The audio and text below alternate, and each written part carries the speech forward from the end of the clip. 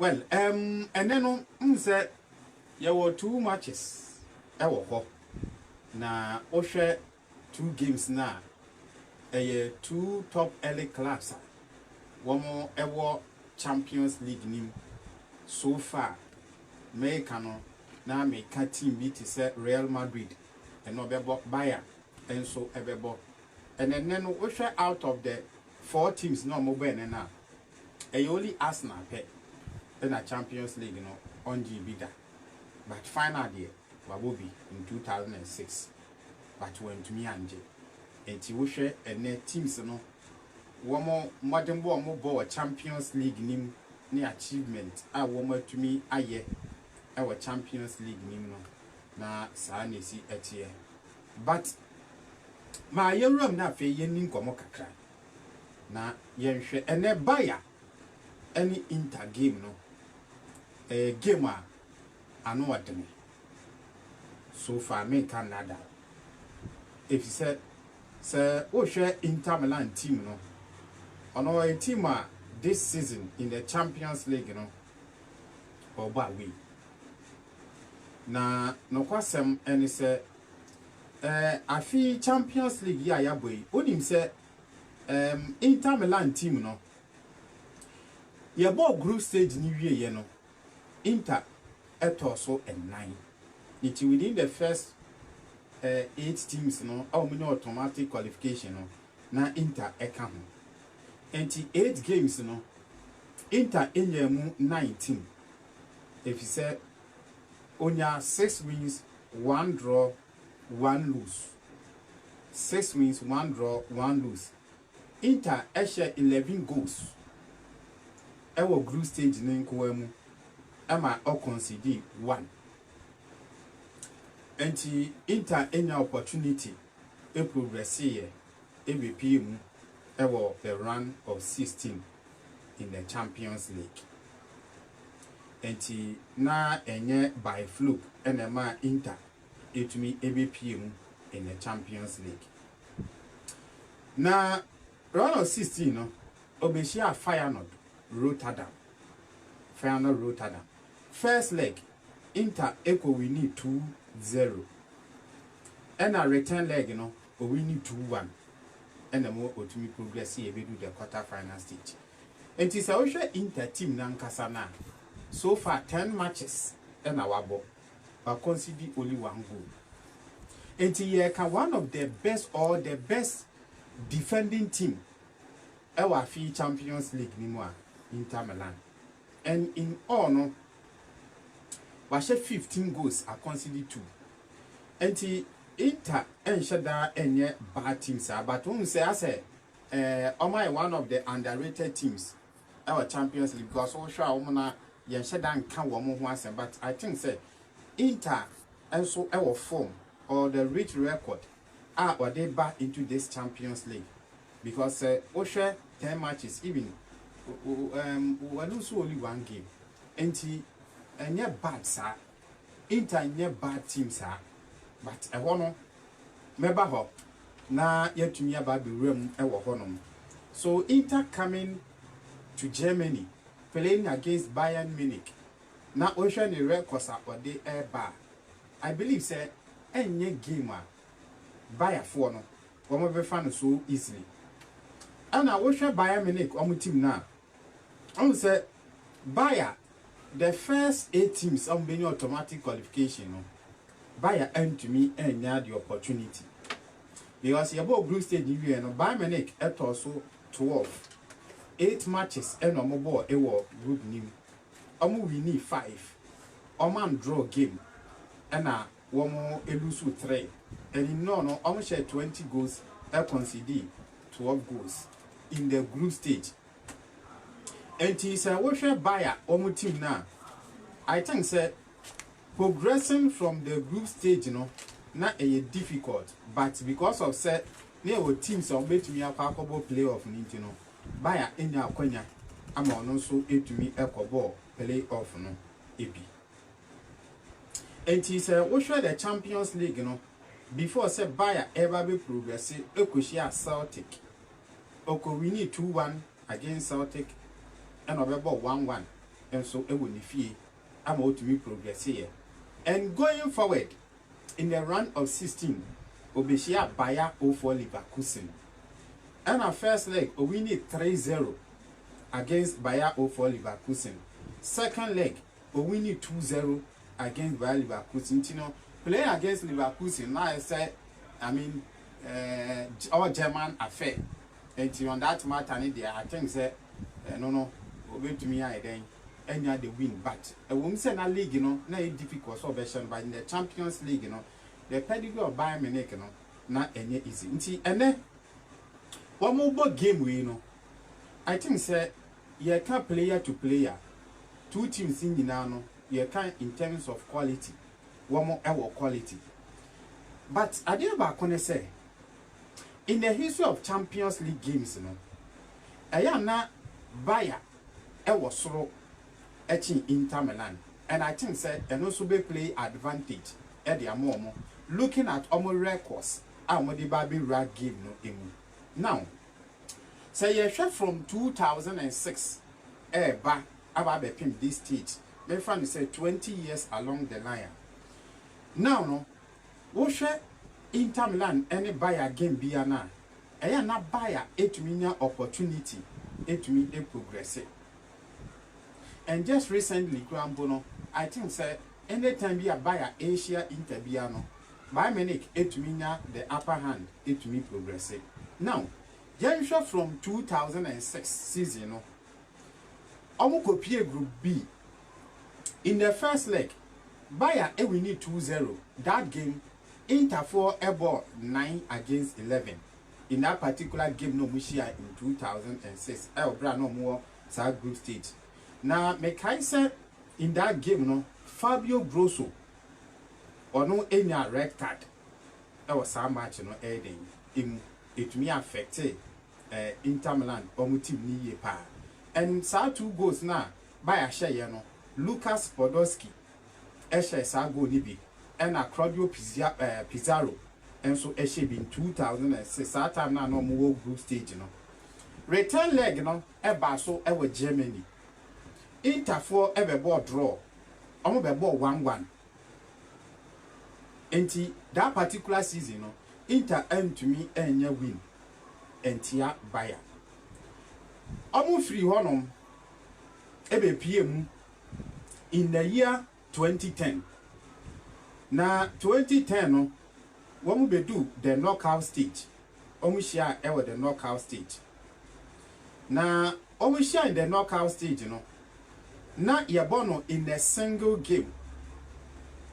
What you see in the year 2010, no, Obe Kaya, sa game no, Morino and then the boys, no, na any game and na a different.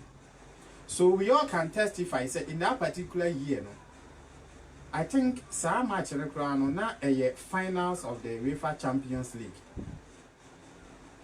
And I Inter a winning game no by 2-0. And he Inter for a better in a grand style in 2010 finals. Our more a boy winning Bayern Munich by 2-0. And 2011 in 2011 no I want so one more ebeshia na no a run of 16 into an only one of first and second leg. So 2011, no, first leg Bayer eba away, ebe share Inter Milan by 1-0. Na Abranti o share goal no, Mario Gozzi, or no any share goal no. And the unfortunate aspect necessary. Return leg eba so no, Inter ebe share Bayern Munich by 3-2. And when he said those times, no, na away go rule no, juma. Enti ema Inter etumi progress here eko woman ni. Enti in the year 2011 also womu share in the round of 16 no obia winni ewa away, but na aggregate no Inter de no was soro enti ema oyi Bayer e di free mu. Eno achi in the Champions League asem na me kan other competitions ne there omo ball friendly games, omo ball international champions cup bi and no dey enka ho but in America ho asem we no Champions League meeting I will share from 2006 this time around. Now, so we show 2022 the last time I will share in the Champions League game and no group C and I will share now Bayern no back to back editia Inter Milan. One we share Inter by 2-0 in the first leg. Ewo Inter home San Siro. In the return leg, ewo Allianz Arena so one we share Inter 2-0. And to back to back. And about in terms of the Champions League now, Bayern ewo upper hand a chin Inter Milan. But the true fact of the matter no and say from 2006 ABPM this time with almost previous meetings in Milano. One share ewo quarter final stage. From 2006, we show more meetings in Milano quarter final matches. One to me in share. Enti a big gamer, I believe say another day, but I think say and a part of Bayern Munich no. We show more players now. Ebi no more prepare. Ayana ebe to me how o madwene. And this game no play a bit to say Jamal Musiala on to me embo. Alfonso Davis into me embo. Manon Neuer ono on to me embo sa game we ebi. And a branch here Hiroki Ito ono so on to me embo. Dayot Opamecano on to me embo. Kingsley Coleman ono so no into me embo. Sa match ebi. And I say a branch anything Tarek Batman and also into me embo. But a branch here Alexander Patrovic or no doubtful say be away to me about on a branch here Rafael Guerrero. And he what should the injury list ne so a bit affected by a more because most of them key players no to me Kingsley Coleman, Dayot Opamecano, Manon Neuer, Alfonso Davis, Jamal Musiala. These are players who to me say one way integral part of Bayern, one team no. But won't Inter Milan and so a brand here your friend no Denzel Dumfries, and also on to me and a brand here Melody Taremi, and also into me Piori Gianniski.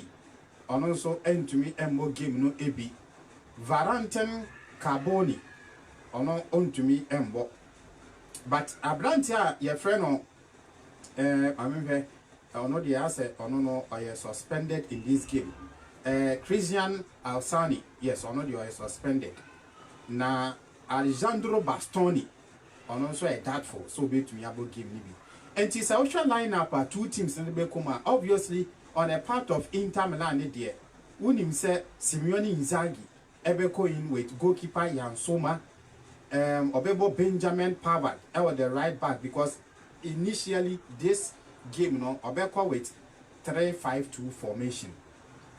And a brand here Francesco Acerbi, and a brand here Alejandro Bastoni. If say and now bet me and ya Obebo into a Obebo the 3 back. And I will call a new one man, Matthew Diamond, likely so best started, Nicolo Balera, Ebebo, Hakan Kahanoglu, Ebejinam Hangway Miki Tayan, and a branch Federico Di Marco, also likely so very returning from the injury now by the sea can be. Na a new one, I Lotaro Martinez, and Marcos Turan, Namuswajina and Nimho. Woke up by a femwa. Say, one goalkeeper, Jonas Obig. One on a likely say no better than him. Now, so Yebena Comland Leima, Ebebubi, Eric Dyer, ABC Akain, and a brand here King Minjai, or no Ebebo, Nafe left back one no Joseph Stanisic, or also Ebebo, Intiosha Bayer, Vincent Company there, Urbano with 4-2-3-1 formation. And Joshua Kemet, Nilion Gereska, and Ebebo. The defensive midfield role, no, the pivotal position, no, so two teams, two players in the bubble. Now Sergi Gnabry, Michael Olise, Leroy Sané, one more in the Betina, the central attacking midfield no Michael Olise na wings one no left wing and right wing no Leroy Sané and Serge Gnabry na Harry Kane and so at the anymore no. So these two teams no I think say in terms of player quality no obi our player quality e wo ho no, but going forward no me dem mean say Bayern stand tall say obetumi ide enya win. But the true fact in na say eba in terms of Champions League game wa na two teams we no one more matches no na goals and 10 PM be brave, but at least over 1.5 goals there it to me back. That means 2 goals between these two teams here it to me APM more matches day and now one more matches in the Champions League na both teams to score entire NC more match mu Bayern and I feel so no Inter game no Inter a very solid team. One of the best defending teams in the Champions League. And now Osha Bayern so in terms of average goal one share our Champions League in this season I was wrong. And you bet me I say the best, one of the best attacking team and one of the best defending team in the Champions League this season and Kwakushia. And a match no be shit.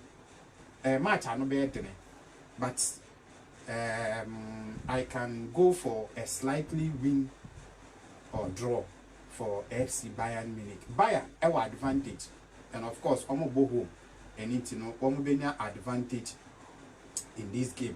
Intermediate I'll go win or draw for FC Bayern Munich. And now say open so be a game no bet me ako win double chance win for any of the teams.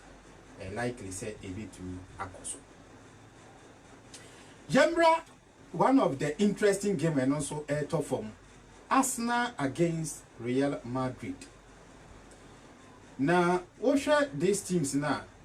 No question, and say in the Champions League, you know. So what Arsenal performance? One more ya. One say your ball group stage new year, you know. Arsenal eto so me son. Arsenal enya 6 wins, 1 draw, 1 lose. And I watch Real Madrid. Real Madrid and to me are making the top 10 teams no or also 11. 8 matches in the group, but we need 5, 1 draw game, and we lose 3. And Madrid actually 20 goals, I consider 12 group stage. And Arsenal actually 16, I consider 3 the group stage. And see now what share Arsenal performance in terms of goal conceded, you know, na yadea make me a catch or say na was really papa. But say teams no progress Arsenal specifically. On say Arsenal because also no automatic qualification no enti. Na or train team or then bebo the round of 16. And okoshia PSV Eindhoven. First leg we need 7-1 and a return leg or both 2-2. But so with the total Real Madrid, I think say Real Madrid this season Ankasano omabo a lot of games in the Champions League. Na enye easy. Because in the Champions League before say Obabe progress every this stage. Now so Koshia Atletico Madrid. Na enye game at that form. Didn't name first leg, but we need 2-1. And a second leg, Atletico we need 1-0. And we move about extra time before St. Madrid we need penalties by 4 goals to 2. And Madrid a progress here, a BPM in the Champions League. And now enye easy. And Fama woman in the round of 16. Our bro Michia Atletico. Meanwhile, no, because now I was Madrid for no. Woman to me any automatic qualification. It now was some mobile playoff so question Man City. And playing Man City, even that game, Madrid, I think say we need both home and away against Man City. 3-1 3-2 away, 3-1 home. And San Obeshia Atletico Madrid in the round of 16. And San away in Ifima will be do the quarter-final stage. And it's a opponent now Madrid then you my free muna. So what do you want to Arsenal the one? I think say Becca say Madrid a share better opposition than Arsenal, and they undoubtedly. But on the basis of performances, in the history of the Champions League, I think say Arsenal will reach records against a team like Bayern Munich, Real Madrid, and one more boss game. And any match at that film, and any match and so on. Rebecca say, a very easy at the amount both of the teams. Now, when you say Real Madrid about 22 English Premier League teams in the Champions League knockout stage. Madrid are winning 11 and our draw 6 out of it. Now, we share the last 3 seasons. We share Liverpool, we share Chelsea, Man City, Ninano, and Madrid. To me, a show a progress, a common. But in the English Premier League teams, Arsenal also the only team Madrid into me and Shen in the Champions League. So, one of the difficult games at the Real Madrid. And of course, Sir, we share Madrid, we share 111 different teams. Champions League name, both European Cup and Champions League, in 111 different teams, and a Madrid Asha warm. But Arsenal to me ancient, and a gamer, are no better than the ama teams near Papa in Canada, because we share the previous games. One to me abona. It seems that Rebecca said, no. Madrid a team any competition biano won't me underrate that one a fact, most especially in the Champions League. But here shall give you in 2006 2 teams here ACI were the knockout stage. Now a run of 16. But this time around almost quarter finals. But sa 2006 first leg Arsenal share Real Madrid Santiago been about 1-0. Thierry Henry and a share sa goal at the Arsenal. One mobile return leg now could be any so on Arsenal question idea. Say move home baby. But almost 0-0. Sa game will be a end to me and Shani Young.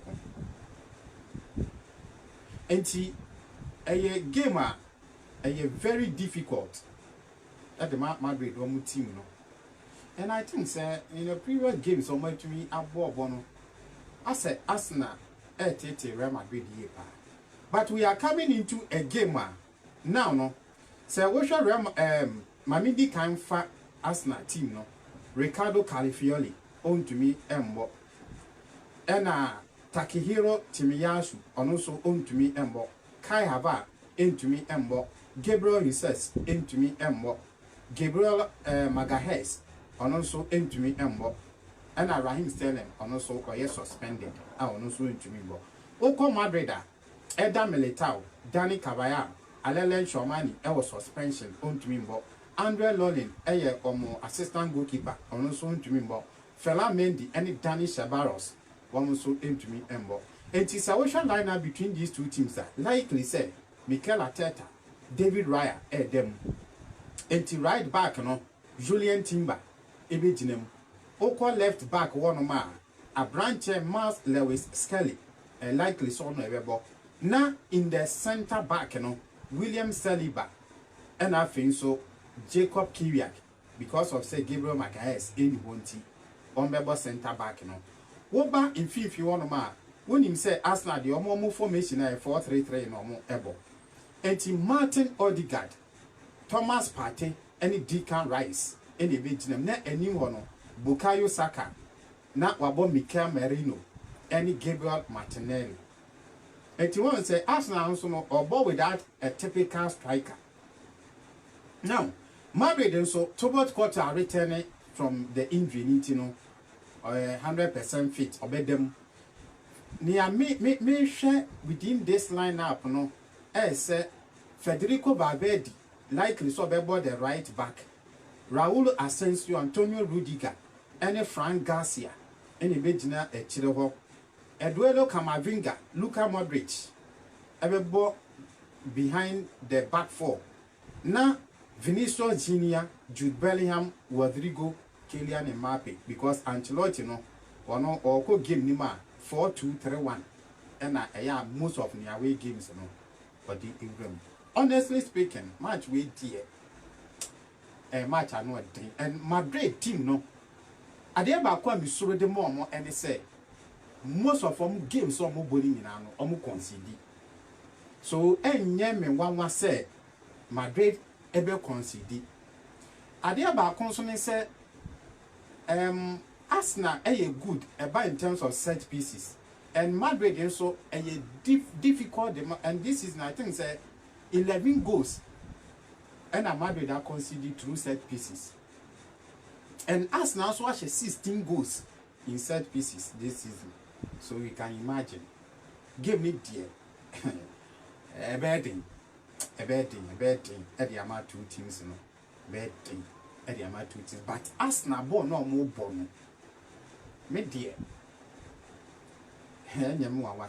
Arsenal can win but Real Madrid dear their spirit to say Madrid you know Champions League they do this stage sometimes I am not performance and shut down counties out but how to qualify you know and they're the most important thing and also na Madrid enemy it's who say Madrid no shut down bo match no extraordinary game bia when you be ba ho so no na they need the results also to be qualified no qualify because they have the spirit to play the Champions League and I know na me for say bia e be to me in favor of Real Madrid or team no but anya sa na say tactically no eniama ejikudia masa Arsenal beat me win more than 2 goals in the game but maybe before say this game no both teams to score beat me here juma or Arsenal win or draw it beat me happen in this game and what permutations na e koso e we game ni mo